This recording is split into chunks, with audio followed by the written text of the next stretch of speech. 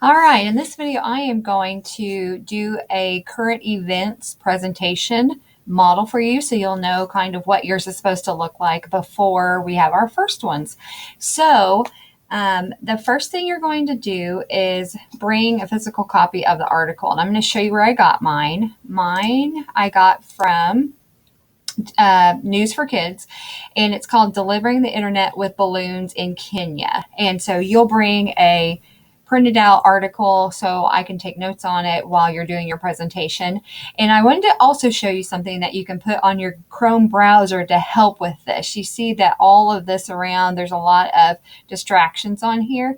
If you install this little extension on your browser called Rocket Readability, it will actually take off all those distractions. So I do that when I'm trying to look at something. So do you see that it did that? And so that is a really neat thing that you can have your students do as well if you want them to read without distractions. All right, so I'm going to go back to this. So the first thing you're going to do is bring up your marker. So on Google My Map, you already have a video about how to make a marker. So I'm just going to show you the one that I did. I left all these other ones on here so you could see what other people have done in the past. But my story is in Nairobi, Kenya, and it's called Delivering the Internet with Balloons in Kenya. So you're just going to have a picture and the link and where you got it from. And I put 4 pictures on here just so you could kind of see, and it's really cool. The balloons that act as floating cell towers. And then here's a boy in an impoverished area in Nairobi, Kenya. So I just wanted you to be able to see that. So you'll bring that up, and then you will describe the article. So I'm just going to actually do the rest of it in character so you can hear what yours will sound like. All right, so Delivering the Internet with Balloons in Kenya from News for Kids. This article was about how Google Loon, Loon, is trying to bridge the digital divide that exists in remote places like Kenya. And just think of the pandemic where we just went through everything going virtual, school, work, all those kinds of things. But think of those that didn't have access to the internet. In 2019, only 30% of Africans had access to the internet, and it's really expensive to build the towers and the other infrastructure needed to go the traditional route of building up access. And so Google had this idea that they would create balloons that act as floating cell towers. They are actually as big as tennis courts, and they fly actually as far as 12 miles above the earth, and they can be up there for up to 100 days.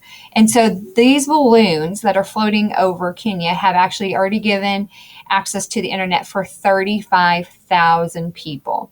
So that's my description of the article.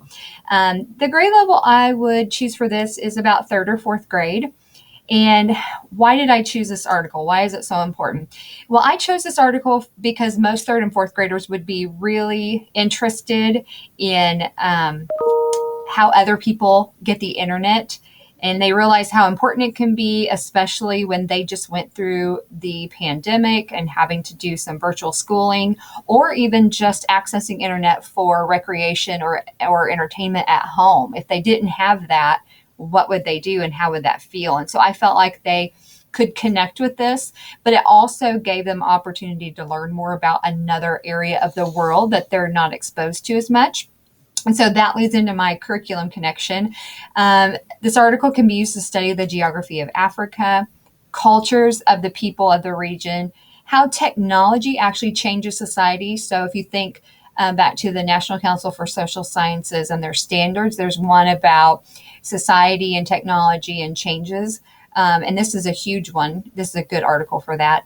And also the digital divide and how it affects opportunities for impoverished people. So that's geography, economics, but you can also connect it to science through the study of electricity or flight or air pressure. And 3rd or 4th graders can start to understand those foundational concepts. And so an activity that we could do in my classroom would be to design balloons with different materials and see how they can fly. You can make a chart and graph it. And so that could be science and math. You could also research the culture of different areas of Africa and their access to the outside world. So build up some of that background knowledge. And then, as an extension of that knowledge, we could then connect with children in Africa in areas that actually do have the internet via grid pals. If you look up hashtag grid pals on Twitter, you can know what I'm talking about. It's where classes of students connect to each other and learn about each other directly from the kids themselves, writing back and forth. They can make videos. They can do lots of different things together, collaborative projects to learn from each other. And so that is my model of the current event.